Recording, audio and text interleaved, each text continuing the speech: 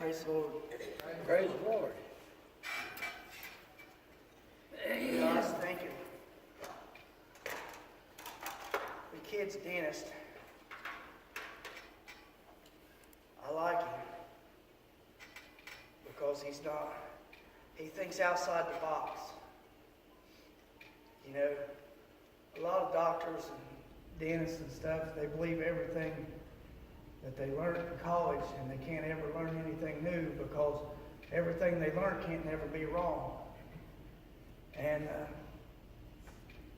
I asked him, I said, you know, my little girl's teeth, I said, she don't hardly ever get sweets. She don't get pop. You know, she may have had 10 drinks of something pop in her life. I said, her mommy brushes her teeth. I said, how come she's having to get all these gold, silver things on her teeth? I said, the other dentist says it's because we don't use fluoride like we should. And I said, you know, my dad, all his teeth are gone. I said, when I was 3 years old, I said, I had to have every tooth in my mouth capped. And I said, now it's her. And he said, studies are now showing that it's hereditary. He said that it's coming out and it's hereditary, that it's something in people's body that's carried down. Dad had it, I had it, now Casey got it. But on the other hand, people believe, you know, but that little bit of cavity, that little bit of decay inside, if it's not treated, it can ruin the whole body. And you know, Brother Johnny said something the other night, and he told it just like it is. Holiness starts on the inside. It's an outward manifestation of an inward change. I tell you what, if there ain't holiness on the outside, I tell you what, there surely ain't no holiness on the inside. I tell you what, because when you get the goods, when you get the genuine Holy Ghost, it will start to dig out and it'll root out everything that's not like God. And I tell you what, the so-called apostolic church has got a lot of decay in it, Brother Abrams. You know, we were out a while back and had a couple sisters walking in front of me, and I had to turn my head because I couldn't look on them for how immodestly they were dressed. And I tell you what, that's a decay sweeping in the church. It's something inside. And you know, people don't like you to talk to the inside person because that's who we try to hide. We try to hide our temper, and we try to hide jealousy, and we try to hide the things that we don't want nobody to know about. But I tell you what, I believe God's got a great big shovel. I believe He wants to dig His people out. And I tell you what, that's what we need, is we need dug out. We need to be a better person on the inside, and I tell you what, it'll manifest on the outside, Brother Don. I tell you what, before God got a hold of me, I had a big old herringbone and a big old rope chain with a big old nugget hanging off of it. I had a gold watch with a gem in it. I had a big bracelet here, and I had a bracelet here. And I did everything I could to be just as flashy as I could, Brother Abrams, so people would look at me and notice me. I tell you what, but when God gets in your life, you don't want to be noticed, Brother Don, for who you are. You want God to be noticed. We want to put on Christ so He's the one that's being seen. I tell you what, a lot of people, they couldn't witness to me because the way they're dressed, I couldn't look at them, Brother Don. They couldn't have told me about Acts 2:38 because I couldn't have looked at them the way they're dressed, the immodesty that they're dressed in. Say, well, at least they're wearing a dress. You know, I kind of, almost like Brother Bill said one time, it'd almost be better off if they was wearing a pair of pants because they'd have more of their self covered. I mean, because it would be more modest if they didn't have 2 foot of flesh hanging out. But it's hot. It's hot too in that plant down there I work at. It's about 100 degrees. But I can't take my shirt off and run around in a pair of short breeches either because it's hot. You know? But there's things inside that's got to change. We've got to talk to the inward man. And I tell you what, when we have a conversation with what's inside of people, I tell you what, there'll be a change on the outside of people. I tell you what, there's a lot of women that's got hair, real long hair. And they've got a real long dress. But they've got a real bad attitude. A lot of men dress modest, but they've got a real bad attitude. Brother Jeremy, your attitude always perfect. No, it's not. I'm working on it. I'm striving to have a better attitude. I'm striving to be a better person. But you know, a lot of people, they've got all the answers. They've been in it so long, they know it all. You know, Said the other day, I had called Brother Johnny back, make sure I didn't come across wrong. I told him I was going to invite him over for coffee, and it was right after I taught that lesson about, having somebody over and talking to him if he got something different. I called back the next day, and I said, I wanted to clarify, brother, I didn't have nothing I wanted to talk about. I just wanted fellowship. As soon as I hung up the phone, I thought, well, he'll think I got something I disagree with him on I got to talk about. But, I thought, Brother Don come over and had coffee with me. I called, and we was talking, and something come up that we didn't exactly see eye to eye on. But I tell you what, Brother Don, I never at one time felt Brother Don in his words. And I hope he didn't feel Brother Jeremy in my words. I gained respect for Brother Don. When we talked about something, and that's between me and him, that's not for anybody to busybody in to know what it was. But we talked about something. And we didn't exactly see eye to eye on it, but Brother Don never condemned me, never put me down, never belittled me, never degraded me. He listened to what I had to say. Did you hear what I said? He listened to what I had to say, and I listened to what he had to say. I didn't try to make him feel like he was wrong, and he didn't try to make me feel like I was wrong. We talked. But I tell you what, a lot of people nowadays, they got a dress that drags it around, and their hair is almost as long. But I tell you what, when something different comes up, I tell you what, they're offended. They're mad, and I tell you what, it's time to grow up and get your big girl dresses on, and men to get your big boy pants on, and stop getting offended over every little thing that comes around. I tell you what, when we're getting offended, there's something inside us that's not right. I tell you what, I never felt anything out of the way talking to my brother. And I tell you what, that's the kind of people I like to talk to. How many of you ever talked to people that it felt like he was walking on pins and needles? Because you're scared to death he's going to offend them while you're talking to them. I tell you what, I don't enjoy talking to people like that. I enjoy talking to people that I know I can trust and I know I can listen, that's going to listen to me. And I hope that I come across that way. I got family that said, well, I'll tell you this and this and this. And I said, I'm going to tell you right now. The Word of God's not to argue over. The Bible says not to be contentious. And I'm not going to do it. If you want to argue, that's between you. That's between you and God, but I'm not going to have a part in it. It's not to argue over. We're to come together. I tell you what, we need more of God on the inside. Say, well, I'm plumb full of the Holy Ghost. I tell you what, if we was plumb full as we thought we was, we probably wouldn't be getting mad as much. We probably wouldn't be as jealous sometimes. We probably wouldn't get offended as much. Our flesh wouldn't show up near as much if we was as full of the Holy Ghost as we thought we was or said we was. And I'm teaching to myself. I'll let you figure yourself out. I'm talking to myself. I tell you what, the Bible says to be slow to speak and swift to hear. I tell you what, that's something I'm going to have to learn, still learning.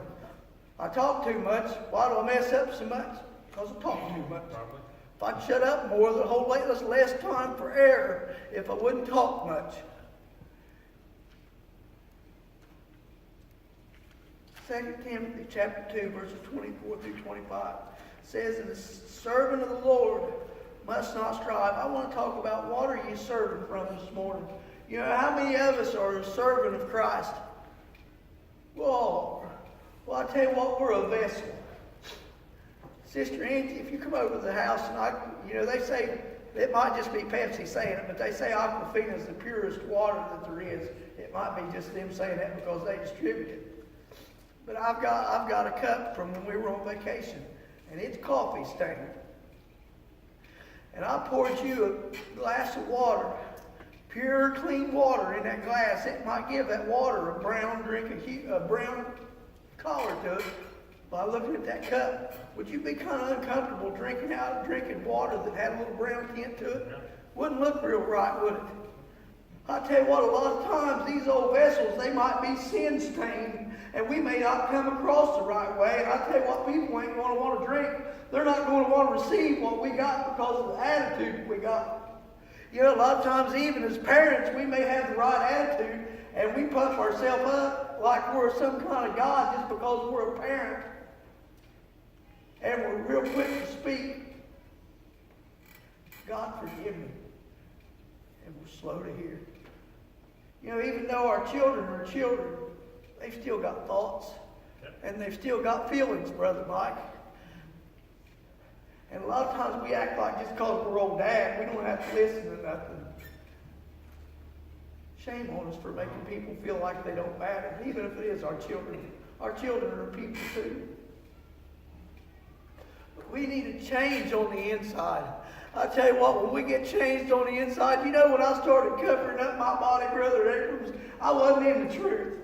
I wasn't in the truth, and God started, you know, I walked outside one day, and a little girl come to the altar at church, and I know some of you have probably heard this before, but she had about 5 feet. She had 3 or 4 foot of legs showing and 2 feet on the ground. And I said, you know, I stood up and I took it upon myself to put things in order. Not my place. Wasn't the bishop of the church, wasn't the pastor. And I said, it's sin for the one that wears it. That's the truth. Sin for the one looking. I said, it's sin for the one looking at it. And I went a little farther and I said, it's sin for the one that buys it. I sat back down. You're right. All 3 of those were true, but it wasn't my place. That's right. So here the next day, I go walking outside. It was good for the women. But here goes Brother Jeremy walking outside without his shirt on. Right. I took 2 steps out the door, and I thought, that come to me, why are you any different? And I thought, well, I know what that means. He didn't tell me to put a shirt on. He just said, why are you any different? And Sister Rosie took me back to what I said the night before. And I've never been seen without my shirt on since. I stood in my hallway one day, and I didn't have a pair of pants on. And I went to put something on, and I just felt like I was standing out in front of a crowd naked.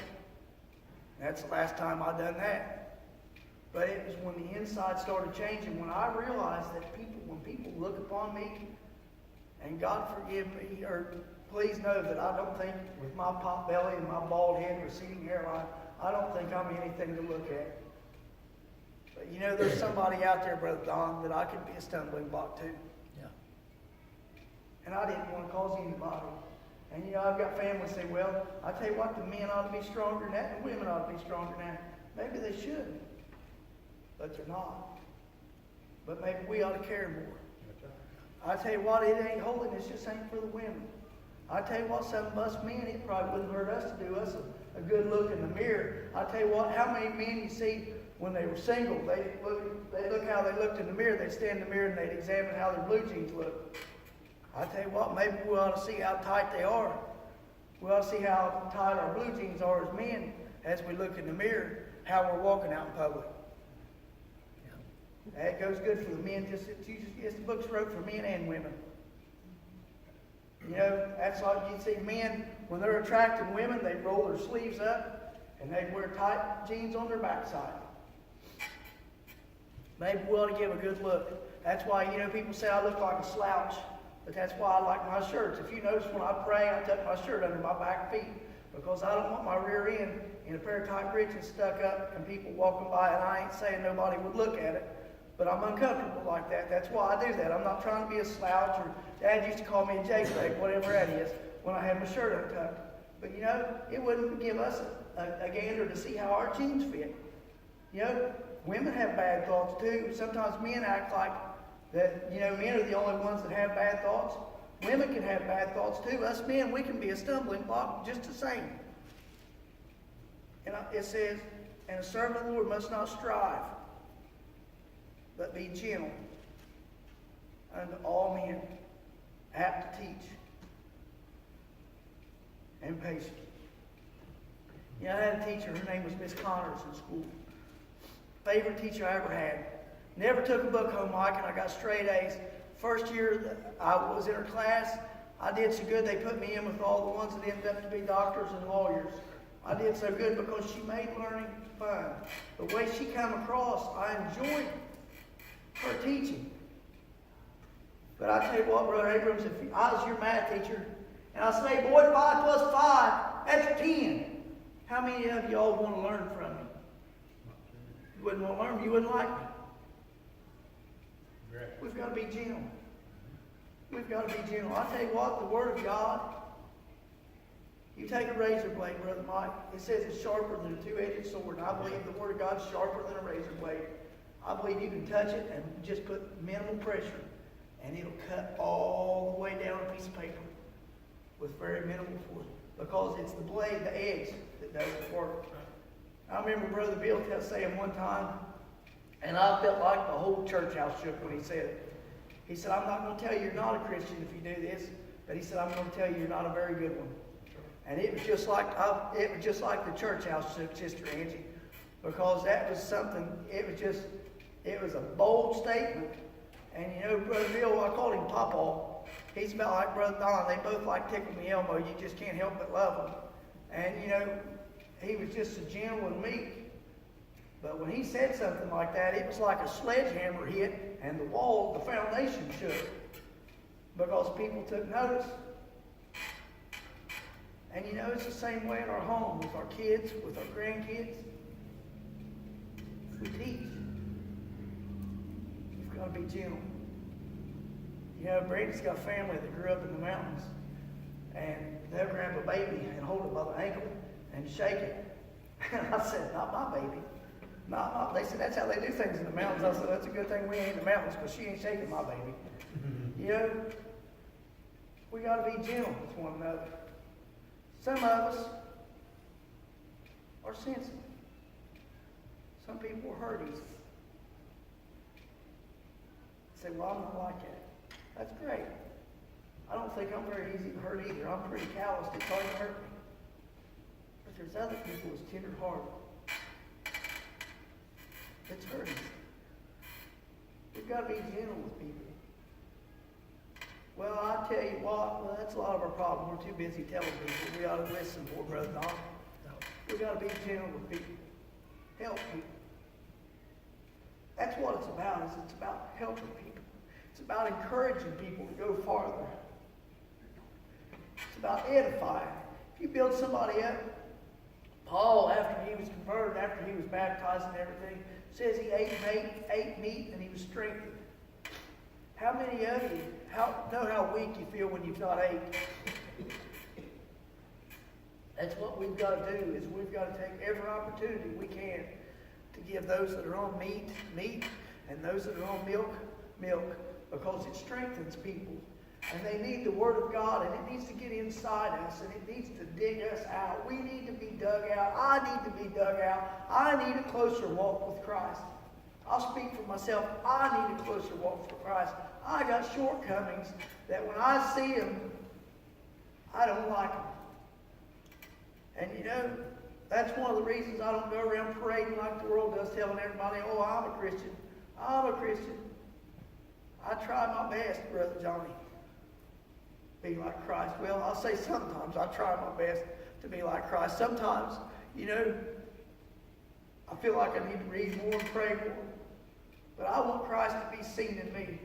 I tell you what, Dad said something one time. He said, a lot of people, they'll tell you, I wouldn't cheat you, I'm a good Christian man. And Dad says, the dog deal's over. Said, when they got to bring God into it to sell me a dog, he said, I ain't buying nothing off of them. If you got to tell people what a good Christian you are, you're probably in trouble. And if you tell me what a good Christian you are, I'm putting the mark right there, and I'm watching, Brother Johnny. Because Jesus said there's none good. None good. No, not one. But God. Right. There ain't nothing about being robed in this flesh good. But it's what's inside this flesh. And like Brother Johnny said the other night, when the inside's right, it'll come on the outside. And I tell you what, if the outside's lacking, guess what that means? The inside's lacking. The inside's lacking. You know, and there's things we've got to get over. How many of you, when you were single, wanted people to think you were pretty or handsome, wanted to be looked at? Those are things when we come to Christ we're going to have to put aside. I want my wife to think I'm handsome. You know, when I get a shirt, I said, honey, what do you think about this? She said, you're the one going to be wearing it. I said, but you're the one that's going to be looking at me. I don't want to wear something that you don't like. I want to pick out something that you like to look at me in. I want her to think I'm handsome. But as far as dressing, you know, and trying to impress or appease everybody else, I want to please God and I want to please my wife. And if God's happy, all the honest people, Brother Johnny, will be happy. It says, For if God, let me read that again. And the servant of the Lord must not strive, but be gentle unto all men. All men. That means the ones even that are mean and try to fight against us. It says be gentle. All men. You know, a lot of times I've had to apologize to people and I didn't do anything wrong. You know why? Because it rained down coals of fire on their head. And then after they went off, they started feeling bad for how they treated me, and then they come back and apologize. Say, well, I'll tell you what, I'm right, I ain't never say it. It's like, you know, if it brings peace and it makes people think and they see Christ, sometimes we need to humble ourselves, Brother Johnny. And it ain't always easy to humble ourselves down. You know, like I said one time, if you tell me everybody's easy to like, I question your honesty. If everybody ain't easy to humble yourself down either. I mean, everybody's probably got at least one person that stirs something up inside them that makes their flesh want to rear up. Probably at least one person. But it still says gentle to all men, apt to teach, patient. And I'm like Brother Johnny on this one. You know, this is one I need to work on. I need to work with patience. Being a foster parent helps with a lot of it, but I still need a lot more of it. It says apt to teach. Say, well, not everybody's a teacher. You're right. But everybody does teach by the way they live their life. The way you live may be the only message anybody hears preached. And these things that we call shortcomings in our life, if they keep manifesting, they manifest themselves out in public, guess what we're doing? We're preaching false doctrine. I got mad down there at work a long time ago when I first got to church. And I apologized to everybody that seen me. And they said, man, everybody gets mad. I said, everybody may get mad. But I said, I ain't supposed to act like that. And you don't need to. I said, yes, I do too. You saw me, and I need to make it right. We teach by the way we live our life. In meekness, instructing those that oppose themselves, if God peradventure will give them repentance to acknowledging of the truth. In Isaiah 28, 8 through 16, it says, for all tables are full of vomit and filthiness. So there is no clean place. No clean place. The table is a place that you set food. All right, what's on the table? Plates and glasses. Aren't they vessels? Aren't they vessels for the food? We're vessels. What kind of vessel are we? Are we a clean vessel? You know, do we have a bad attitude? Are we jealous? Yeah, that's one I have to say I've struggled with for years.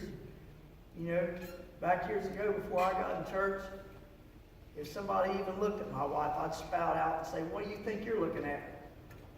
And you know, I thank God He gave me a faithful and honest wife, Brother Don, where I don't have to worry. Yeah. It's something I had to work on. But these inward things, people see them and they manifest on the outside. I tell you what, a lot of times people, the way they dress, Brother Johnny, they bring more harm to the truth than they do good, because if you dress the part, and I tell you what, you don't live the part, you're causing the truth to be evil spoken of, because they're saying, hey, there's William long hair, long dress, modest women, modest men. But look at them. You see them over there, they're gossiping just like everybody else. They're talking about people just like everybody else. They ain't no different than anybody else. They're a wolf in sheep's clothing. And you don't think people do it? They do it. I tell you what, I walked out of work one day and I was singing Amazing Grace, puffing on a Marlboro Light, and they said, you might as well hit the bar, big boy. I said, what are you talking about? People judge you by the things that you do outwardly, but we've got to get the inward man right, so it won't manifest. Things won't manifest on the outside. Like I said, if we're lacking on the outside, it's a sure sign that we're lacking on the inside. My temper, if you see me get mad, is that just a sign of my outward appearance, or is that a sign of something inward? All right, if I'm dressing in a way that brings attention to myself, is that just something with my outward appearance, or is that something in the inside that's lacking? Something on the inside that's lacking. And you know, like I said, we can get ourselves in a place where we're so fancy. You know, a lot of these churches are so fancy that people don't, you know, you take all these big TV evangelists, Brother Johnny, I wouldn't feel comfortable as a poor hillbilly approaching them, but wearing a $3,000 suit, I would be uncomfortable. You know, that's immodest. When you're so fancy that you're so far above everybody else, that's immodest, just the same as being undressed. Because it's not modest. You're exalting yourself to look so good before the congregation. You know, a suit don't preach a man. Just the same as, you know, like I said, I seen Brother Glenn come in here one night and preach a wonderful message in his C.J. Hughes clothes. He didn't have time to get home and change. And he stopped and God moved on him. And one of the best messages I ever heard him preached on. You know, a lot of times, I'm going to move on. It says, whom shall he teach knowledge? And whom shall he make to understand doctrine? Them that are weaned from the milk and drawn from the breast. For precept must, it says must be upon precept upon precept, line upon line upon line, here a little and there a little. For with stammering lips and another tongue will he speak to this people. To whom he said, this is the rest, wherewith ye may cause the weary to rest, and this is the refreshing, yet they would not hear. It said line must be upon line. You say, well, you people nitpick the Word of God. No, we don't. The Bible says line must be upon line. It doesn't say God's going to overlook it if you're in this building, and He's not going to overlook it if you're in this building. He said line must be upon line. Amen. We've got to get this thing right. There's no, you know, I used to know when I tried to play golf. You know, I would hit it, and I become quite familiar with something called I think they called it a mulligan. And it was when you would hit the ball so far out of whack that you couldn't find it, and then you would drop another ball, and you get a play from there. There's no mulligans in this, or I don't know if Brother Johnny or Brother Glenn says slips over. There's no second chances. We've got to get line upon line. We've got an opportunity. Like the other day at Lowe's, God gave me the opportunity to witness to 2 people. That may be the only chance I ever get to witness to those people. What if I'd been in the wrong frame of mind? God couldn't use me. What if I'd had a bad attitude when I walked through there and I was frowning? Maybe she wouldn't have asked me where I went to church. Maybe she'd have thought I backslid. That's why it's so important. We've got to learn to be consistent in how we live. You know, when I come here, it's like I watch, after the first couple of years, every now and then I have a bad day. And I go back in the nursery with the kids because I didn't want nobody to see me with the frown on my face or deeply sad. And I tell you what, I watched Brother Donnie and Brother Don and Brother Glenn and Brother Johnny, and I watched them and they were consistent. Every time I seen them, and I tell you what, I said, I need to be more consistent. I need to be the same person all the time, whether I'm at work, whether I'm at church, whether I'm at home. I need to have the same attitude with my children as I do when I'm in Sunday school, when I'm at work, wherever I'm at. We need to learn to be consistent. And I tell you what, we need to dig out things that when nobody's around that are manifest. And I tell you what, only you and God knows what's manifest when you ain't in the church, what's coming out, what you're doing, when you're around people that get on your nerves, when you're around people that try your patience. Only you and God knows, well, and the people that sees you knows what's going on, and the same with me. And I tell you what, these are the things that need dug out of our life. I tell you what, we need. Dad used to say, boy, I'm going to give you an attitude adjustment. I tell you what, when I come to church, I pray God gives me a better attitude. He gives me an attitude adjustment every time I come in. I want an attitude just like his, Brother Johnny. I want to be meek and gentle and lowly. I don't want to exalt myself. I tell you what, when I deal with my kids, I don't want to exalt myself and set myself up above them. I want to be slow to speak and swift to hear. To hear maybe they've got something to say. Maybe old Dad just might be wrong. You know, I'll tell you what, a lot of times, it ain't hard to see where Darwin got his theory of evolution. But I'll tell you what, because a lot of times man acts like he comes from a monkey. He acts like a beast. He won't listen to people. He's hard-headed and stubborn. You know, I don't believe God made cavemen. I believe that's a lie straight out of hell. I believe people lived in caves, but I don't believe God made a man salivating around, hitting a woman with a bat, dragging her around by the hair. You know, I'm not a beast to my wife. I don't treat her like one. I don't believe in all that foolishness. But I'll tell you what, a lot of times the way people act, a lot of times the way people treat their wives, the way wives treat their husband, I'll tell you what, it ain't no wonder people argue for evolution, because people act like they come from a beast. That's the mark of the beast. People saying that's a computer chip and the government's going to make you take it. No, it's called sin. I seen a song years ago in a video, and a woman was walking through town, and she had adultery, she had jealousy, she had anger, she had all these different sins wrote on her. And Jesus said he's coming back to a church without spot or wrinkle. What is a mark? Is it not a spot? The Bible talks about these being spots in your, I don't want to quote it wrong, so I'm not going to say it. But a mark, your right hand, your fellowship, what you put your hands into. The Bible says, touch not, taste not the unclean thing. I tell you what, a lot of people need to get their hands off the unclean things. That's why you don't see me mixing myself up with a lot of things. Things that I know that's wrong, I'm not going to cross the threshold of the door, Brother Johnny. I'm not going to do it. And their mind's been taken over. They've got the mind of a beast. They think they're not going to be accountable for nothing. They can do whatever they want, and that everything's going to be fine. If we do what we want, everything's not going to be fine. We need to have the mind of Christ. We need to have a changed mind. You know, it says, but the word of the Lord was upon them, precept upon precept, precept upon precept, line upon line, line upon line, here a little and there a little. That's how we get it. We get a little here and we get a little there, but we can't stop striving for that little more here and a little more there to be changed. And I tell you what, if you're satisfied with who you are right now, I tell you what, I feel sorry for you, because you evidently ain't examining yourself in the book. Because I tell you what, when I get in it and read, I find my shortcomings and I find my failures. When I read about how Jesus acted and how he spoke to people and the love that he had, I see a greater need in my life. And I tell you what, if you don't see no need in your life, you probably ain't reading the book. You probably ain't reading the book, because I tell you what, when we read it, it's like opening up a mirror. I tell you what, I seen Sister Angie the other day, and I got up with the kids and I was running behind. And I grabbed him and I ran out the door and I ran into Sister Angie and spoke to her. And I got in the car and I looked at my hair. I had a ducktail up and a triple crown here. And I told the boys, I said, why didn't you tell me I went out of the house looking like that?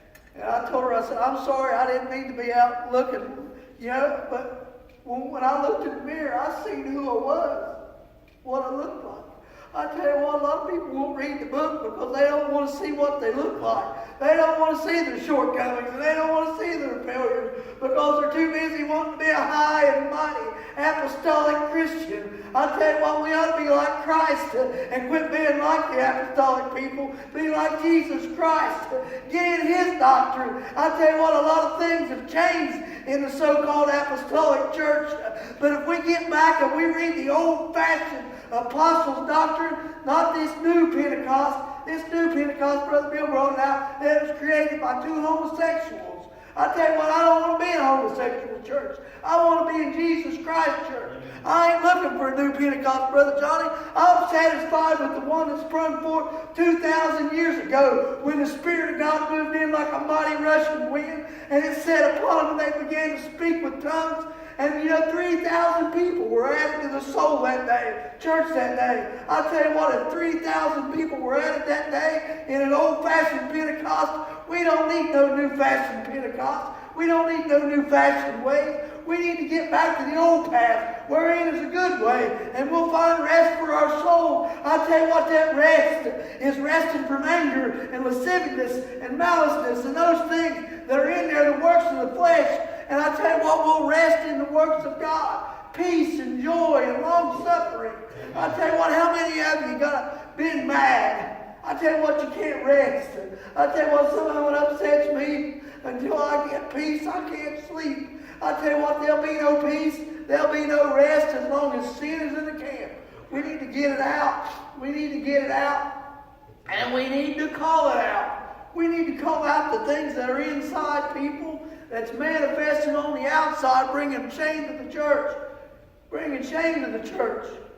I tell you what, but everybody wants to be, I'm an old time. We need to get back to the old past. It says, but the word, it says, wherefore hear the word of the Lord, ye scornful men. I tell you what, the word of God's still being preached. It ain't being preached in a lot of places, but it's still being preached. But notice it says, hear the word of the Lord. People don't want to hear what God's got to say, because it's going to require a change. And I'm old-fashioned. I believe the old saying, no change, no Jesus. Jesus is going to bring forth change. It may not come as fast as what some people think, but it'll happen. Some people grow faster than others, but as long as you're growing, you'll be going. But if you stop growing, you ain't going to be going. Amen. It says, because you have said, we have made a covenant with death, and hell are we at agreement. When overflowing scourges pass through, it shall not come unto us. For we have made lies our refuge, and under falsehood have we hid ourselves. You know, if we sit and try to act like everything's all perfect and hunky-dory, we're hiding under falsehood. You know, I went to church and I testified. I told everybody how good I was doing, how good of a Christian I was. I tell you what, one night I sat there at work, I got a phone call. Guess what happened? God drug me out. He manifested who I was. I was a closet hypocrite. You know, here I was going to church acting like everything was okay and everything was hunky-dory. My wife would leave for work and I was an internet warrior looking at dirty stuff on the internet. Guess what God did? God drug me right out in the open and made me manifest. I tell you what, when we pretend, God will bring us out in the open. I tell you what, I want Brother Johnny to bring me out in the open when he preaches. I want God to use Brother Johnny to bring me out in the open. I want God to use Brother Glenn to bring me out in the open. I want him to pray, and I pray that God gives him the message that goes into place inside of me, that something's in there that's triggering things, and that God reveals me, and God helps me dig it out and whip it out and makes me a better person. Because I need to be a better person. I tell you what, we look in the day, I tell you what, the kids, they get of age and they go away. And I tell you what, we need more wisdom. We need more wisdom because there's not many kids staying in the church. They go away. And I tell you what, a lot of times it's confusion because people got something to say about this and they got something to say about that. I tell you what, if you got something wrong with the church, you probably ought to just keep your mouth shut and sit and pray on it. I tell you what, that's a lot of kids won't come to church because they said, just like I did, I heard stuff about this church. People going around and telling stuff. I tell you what, you ought to got a problem. You ought to just sit and pray on it and seek God about it instead of running the old mouth about it. Tell you what, a lot of times we talk too much. We ought to be slow to hear. God, what do you got to say? We're too busy telling people what we think. I tell you what, ain't nobody cares what I think. They care what God thinks. That's what we need to get back to, Brother Johnny. That's what's wrong with the churches, is we got too much I think and not enough of what God says. We need a change in our lives. We need a change in our attitudes. You know, when somebody says something like Brother Don, me and him talked, and I tell you what, we didn't agree, but he was just as loving with me as he was if we did agree. I tell you what, that's what we need more of. I tell you what, you don't prove yourself when everything's going great. You prove yourself when hard times come. Brother Don proved to me that, I got more faith in him now than what I had. Because even when we did, that's the first time I think we ever talked on anything that we didn't agree on. And that was, he brought it up. That wasn't why I invited him over to have coffee. I invited him over because I feel like I need to fellowship with the men more. I need to reach out more and be more of a brother, more of a friend. But I tell you what, that's what, when the fruits will be manifest, is when you can talk to one another and you don't get offended just because you're a little bit different than somebody else. Somebody sees something different than you. You'll talk to me and Brother Don. We talked, didn't we, Brother Don? And you know, whichever one of us is wrong, I believe God will show us, because I've already prayed that if I'm wrong, God show me. And I'd say Brother Don probably did the same thing. But I tell you what, we need this inward man dug out. I tell you what, if we don't dig him out, God's going to manifest him. And I tell you what, sometimes he'll manifest you right out in the open, just like he did me. Achan, he brought Achan out. And I tell you what, Achan, it not only cost Achan his life, it cost his family his life. Secret sin cost his family his life. I tell you what, it's a serious thing. It's a serious thing. That's why I thank God that, you know, I come here and I have Brother Bill, and Brother Glenn, and Brother Johnny. I tell you what, I don't know how many times you brothers God's used you to dig me out. That's what I need. I feel like I'm a better person. Do I feel like I'm a good person? No, I don't. I feel like I got a lot more work to do. But I know I'm a better person than what I was before I come here, Brother Don. Because God used people that'll preach on things, that'll dig me out, that'll show me where I'm lacking. I tell you what we need to see. How many of you want a closer walk with God? Raise your hand if you want a closer walk with God. Well, you're going to have to figure out, I'm going to have to figure out the things that's inside us that's holding us back. Because if there's any things inside us that's holding us back, that's room we can't be. We've got to get that room, get that out. When we got that out, we've got more room for God. We've got more room to go farther with God. It says in Matthew chapter 23, verses 24 through 28, Jesus called them blind guides. He said, you strain a gnat and swallow a camel. He said, you hypocrites. He said, you make clean the outside of the cup and platter, but within they are full of extortion and excess. And you know, I try to work on, you know, I come home and, you know, I examine. I know this might sound stupid to you all, but I watch after I teach. I go home and watch my face. And I watch to see if I look approachable. I tell you what, how many of you's got iPhones? How many of you's FaceTime people? Try looking at your face on that FaceTime when you're talking to people. How you look, how you come across. I thought about that yesterday. I was FaceTiming. Katie don't have service on his phone, but we can FaceTime him if we leave him in the house. And I was FaceTiming him. I was looking. I thought, you know, if we all had FaceTime right in front of us, and we seen how we looked when we talked to people, I wonder if we'd feel shame. And I examine my face when I go home to see, do I look mean? And I try to work on being more presentable. Being more presentable. You know, we can say that people don't want to drink. You know, I asked Sister Angie about drinking. She wouldn't want to drink brown water because it looked brown because the inside was coffee stained. I tell you what if I just got done rabbit hunting and I had blood on my hands, and I give you a cup of water, and the inside was pure, but the outside of it had dried blood on it. How many of you would want to take a hold of it and drink it? Probably not very many, because it matters what's on the inside be clean, and it matters just the same that the outside is clean. It matters. It matters. Church, the world today says it don't matter, but it matters. It matters if we get angry and people see us. It matters if we look mean. It matters if we get offended easy. It matters. These things matters. Church today said, just come to church and just try your best. We've got to try our best. When we try our best, we'll put off these things. Do I still have a temper? Yeah, I do. But I'm working on it. It's a whole lot better, Brother Abrams, than what it used to be.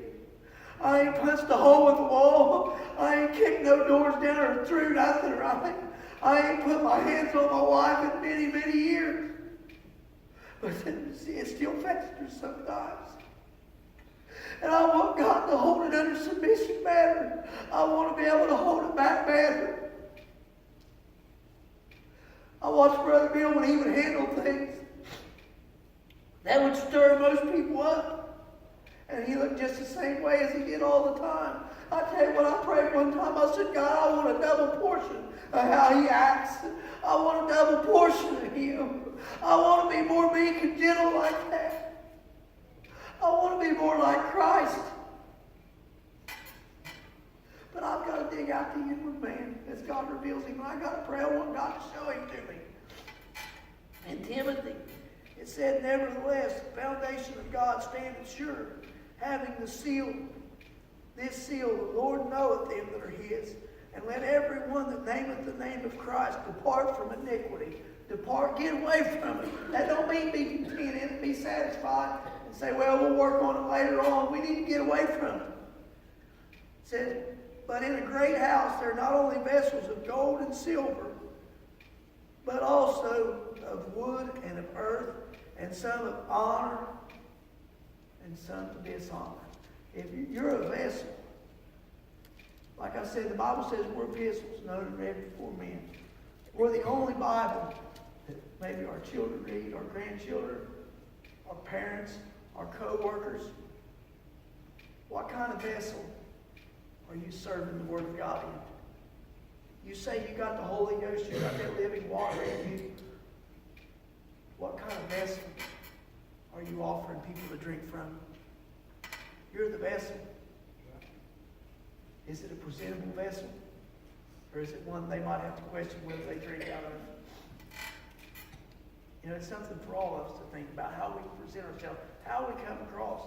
You know, I had a guy at work, he was a deacon in the church, and he said, I'm just going to tell you, I'm grouchy, and God must have made me that way.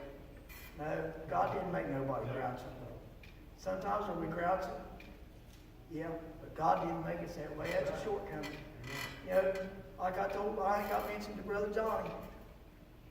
Sometimes when my shoulders are bad, Brandy told me, said she wanted to cut the grass and stuff for me to help me. That way my shoulders didn't hurt me so bad. And I said, you don't have to do that. She said, listen, the more you hurt, you tend to get a little grouchy. And said, you know, it don't hurt me to get out there and help. I don't want to be grouchy. Do we all get grouchy sometimes? Yeah, but does that mean I'm satisfied with it? No, I'm not. I want to be better. I want the things that's inside me dug out so I can be a better person, Brother Glenn. So people can have confidence in my life so they're not as ashamed. It's like think, man, I ain't taking what he's got. You watch him. You watch how he lives. I don't want nothing to do with what he's got. Evidently, I'm not a very good vessel.